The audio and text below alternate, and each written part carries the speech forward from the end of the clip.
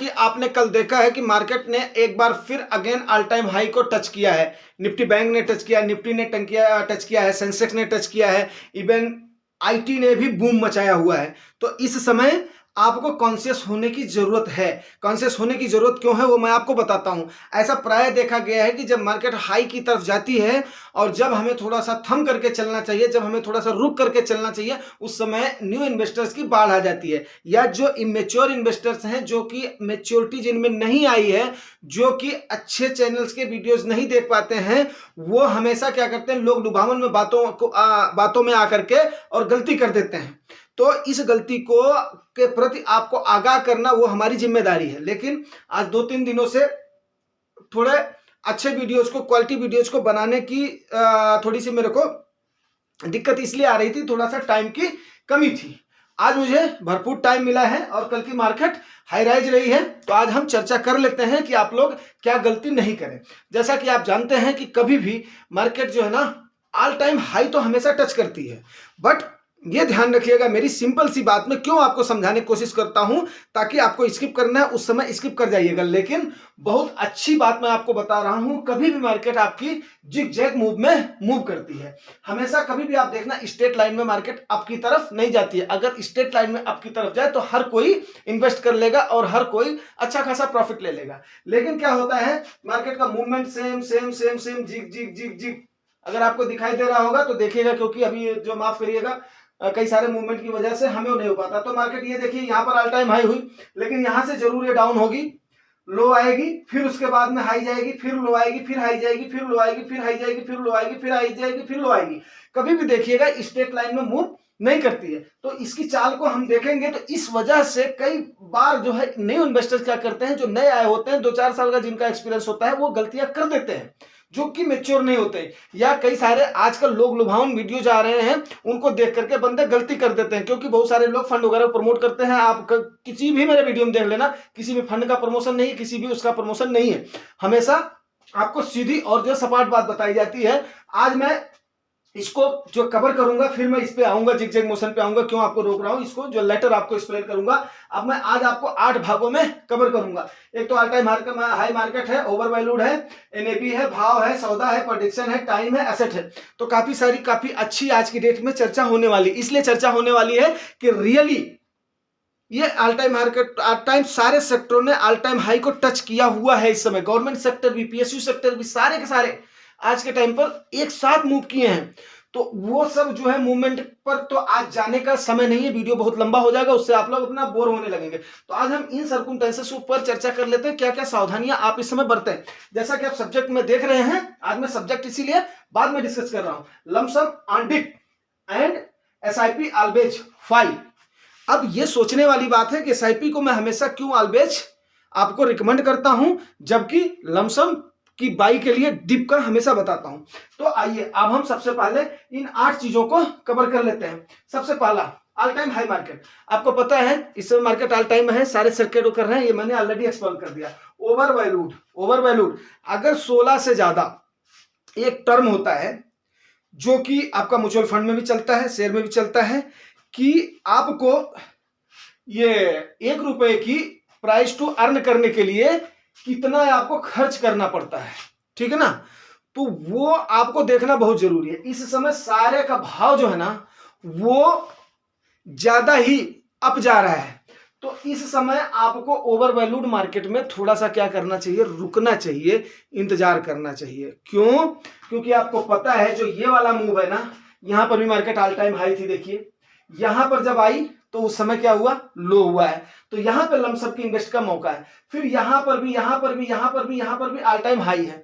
तो जब राइज की तरफ मार्केट चल रही है, उस समय लमसम को रोक देना चाहिए। इसीलिए मैंने ये बनाया हुआ आपको समझाने के लिए।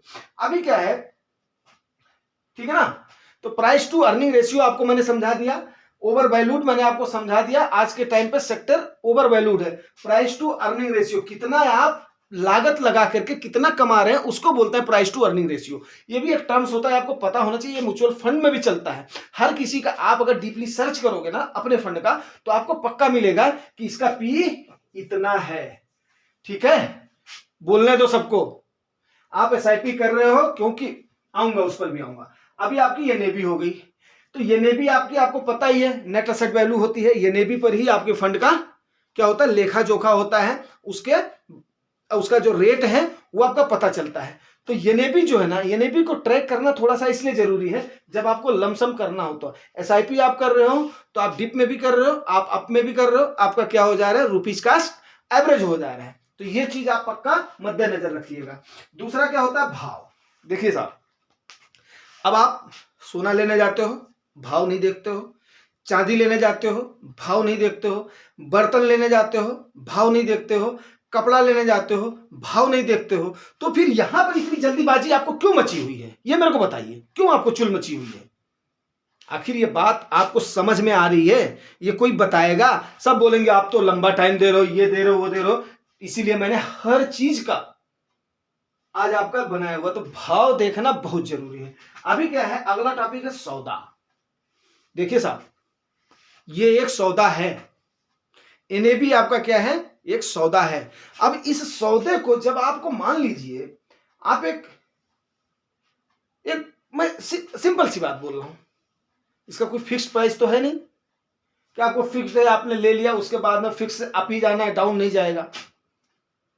तो जब आपको पता है कि आपका सौदा सही भाव में पटेगा, तो आप उस सौदे का इंतजार नहीं कर सकते हो। बड़ा सिंपल सा एग्जांपल आपको बता रहा हूं। आप जमीन लेने के लिए कभी आप खरीदे हो? गाय भैंस कभी आप खरीदे हो? बड़ा सिंपल सी बात बता रहा हूं आपको। उस समय आदमी क्या करता है, इंतजार करता है, इसको बेचने की गर्ज है कि नहीं है। मेरी बात समझ रहे हो? अगर उसको बेचने की गर्ज है, वो उसी समय दाम को धड़ाधड़ तोड़ता है और बोलता भाई ले ले, मेरे को जरूरत है। वही समय जब सेलिंग स्टार्ट होती है ना, तब आपके सही राइट टाइम आपके सौदे का होता है। ये आपको कोई बताता है? ये आपको केवल जुगानी टॉक्स बताता है। समझ गए? जब भी आपको लमसम करना हो तो आपको पक्का टाइम की जरूरत है दोस्त, पक्का। आपको कभी भी ऐसा हो ही नहीं सकता यार, कभी भी ऐसा हो ही नहीं सकता। साल 80,000 चले जाने दो, 80,000 चले जाने दो, क्या दिक्कत है आपको? ये जितनी जल्दी, जितनी तेजी जा रही है ना, उतनी जल्दी फॉल भी करेगी। हाँ जाएगी, मैं ये नहीं बोल रहा हूं कि आज ही डाउन हो जाएगी, तो टाइम लगेगा। अरे टाइम से 4%, 5%, 6% पर तो आपने रखा हुआ है ना, उस समय डिप होगा तो क्या कर लोगे? इसलिए सौदा बहुत जरूरी है। अगला क्या है, प्रेडिक्शन। अभी मैंने इसी पर आया था ना, कोई प्रेडिक्ट नहीं कर सकता भाई, मैं भी नहीं कर सकता हूं। लेकिन जब जहां पर प्रेडिक्शन की संदेह की स्थिति हो, मार्केट अपराइज की तरफ हो, यार दो ही तो मूव है, या तो अप की तरफ नहीं डाउन की तरफ। हो ही नहीं सकता कि डाउन की तरफ मूव ना हो यार। यही तो बात मैं आपको समझाने की कोशिश कर रहा हूं। गलती कर दोगे बिना मतलब में, आपको टाइम बहुत ज्यादा देना पड़ेगा, टाइम बहुत ज्यादा देना पड़ेगा। पजल हो गए, फिर बोलोगे यार ये धंधा खराब है, ये खराब है, वो खराब है। धंधा नहीं है, ये जुआ नहीं है, आपका इन्वेस्टमेंट है। और आज के टाइम पर रिटेल इन्वेस्टर्स बहुत अच्छी चीज कर रहे हैं, बट ऐसा भी नहीं करना है। आपको मैं एक बात बताऊं, आज के टाइम पर आप बताइए कि 10 लाख करोड़ का, आज के 5 साल पहले 10 लाख करोड़ का एयूएम था आपका, केवल 5 साल का। आज आपका एयूएम कितना हो गया है पता है? Asset under management total mutual funds का 50 लाख करोड़ हो गया है। ये मैंने आपको बताया था, 50 लाख करोड़ आपका क्रॉस कर गया है। तो 5 साल पहले कहां 10 लाख का सेलिब्रेशन था, कहां 5 साल के बाद में 50 लाख करोड़ का सेलिब्रेशन है। अभी 2 साल के पहले मैं आपको बता रहा हूं, 6 से 7 हजार करोड़ रुपया मंथली एसआईपी का आ रहा था। आज के टाइम पर आपको पता है कितना आ रहा है? 17,000 करोड़ रुपया आपका एसआईपी से आ रहा है। ये बात कोई आपको बता रहा है? ये बात वही है जिनके पास सेंस है, कॉमन सेंस है, वो जुगानी टॉक्स को जो देख रहे हैं, वो फिर इस चीज को समझते हैं, सोचते हैं। और जो बिल्कुल एकदम से चुलबुले हैं, जिनको धैर्य नहीं, पेशेंस नहीं है ना, वो यहाँ पर लाभ नहीं कमा सकते हैं। वो यहाँ पर क्या करेंगे, अपना ही गंवा देंगे। बहुत पेन होता है भाई जब जो है नीचे की तरफ जाती है ना, जब आपका कारपेट डाउन होता है। आज आपको लग रहा होगा, आप मेरे को, कितने लोग तो मुझे गाली दे रहे होंगे, कितने लोग बंद कर देंगे, कर दो यार, मेरे ऊपर कोई फर्क नहीं पड़ रहा। क्या फर्क पड़ रहा है मेरे ऊपर? लेकिन मुझे आपसे कुछ जो है, क्या नाम है, कुछ लेना देना है क्या? नहीं ना। लेकिन यार जो चीज हमने सीखी है वो आपको बताना हमारा फर्ज है। आगे हो गया टाइम ऑफ कंपाउंडिंग। अब आप मेरे को एक बार बताओ, कंपाउंडिंग के लिए आपको टाइम देना है टाइम कि नहीं देना है? अब देना है तो ज्यादा कंपाउंडिंग आप कैसे करोगे? जब आपका सौदा सही तरीके से मिलेगा, जब आपका भाव सही तरीके से मिलेगा, जब आपकी एनएवी सही तरीके से मिलेगी, जब आपकी ओवर वैल्यूड कई तरीके से मिलेगी। कई सारे ऐसे लोग होते हैं ना कि बस यार डाल दो, यार ये कर लो, वो आपको चिकनी चुपड़ी बात करेंगे। यार आपके पास लंबा समय तो है ना, लंबा समय नहीं है, इसमें आपका कोई फायदा नहीं है। इसमें फायदा किसका है? उस एएमसी का फायदा है, असेट मैनेजमेंट कंपनी का फायदा है। क्यों? क्योंकि जितना ही अमाउंट आप वहां पर डालोगे उतना ही उनका एक्सपेंस रेशियो उनका मिलता जाएगा, आप उनका खर्चा देते जाओगे। इसीलिए वो डेली खर्चा निकालते हैं।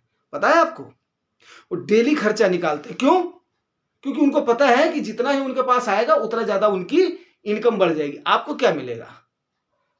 घंटा नहीं मिलेगा आपको। इसलिए नहीं मिलेगा क्योंकि आपने टाइम से नहीं डाला है। एसआईपी आप क्यों नहीं कर रहे हो? इसका जो है अमाउंट आपको जितना करना है करो। आप क्या दिक्कत है आपको? क्यों आपको मैं जो है एसआईपी के लिए बार बार बोल रहा हूं? आने दो भाई। 7,000 करोड़ से 17,000 करोड़ का इनफ्लो पर महीने जा रहा है, मेरे को तकलीफ नहीं है। यस जा रहा है तो जाने दो, क्योंकि वो जब भी जो है सौदा अगर सस्ता होगा उस समय भी सेम भाव पर अगला परचेज कर रहा है, अगले को दिक्कत नहीं आ रही है। ठीक है ना?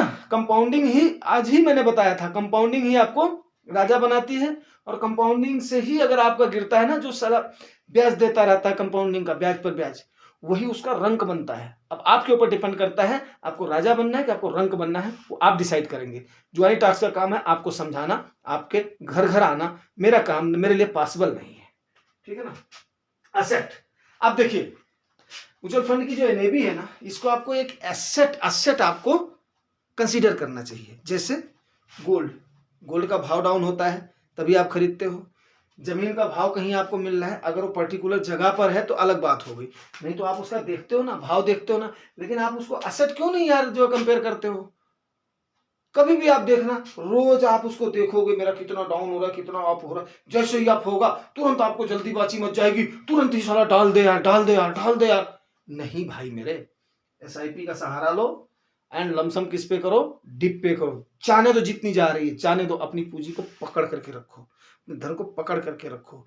यही एक मारवाड़ी करता है, यही एक समझदार आदमी करता है। उसको पकड़ करके रखो, समय का इंतजार करो और फिर जाकर के घात लगाओ। उम्मीद करता हूं आपने बात को समझ लिया होगा, इस समय आपको क्या स्ट्रैटेजी अपनानी है। और अगर आपको जानकारी अच्छी लगी है दोस्तों, मेहनत बहुत लगती है, तो रिवार्ड जरूर करना। रिवार्ड आपको पता है, like share and subscribe. Thank you.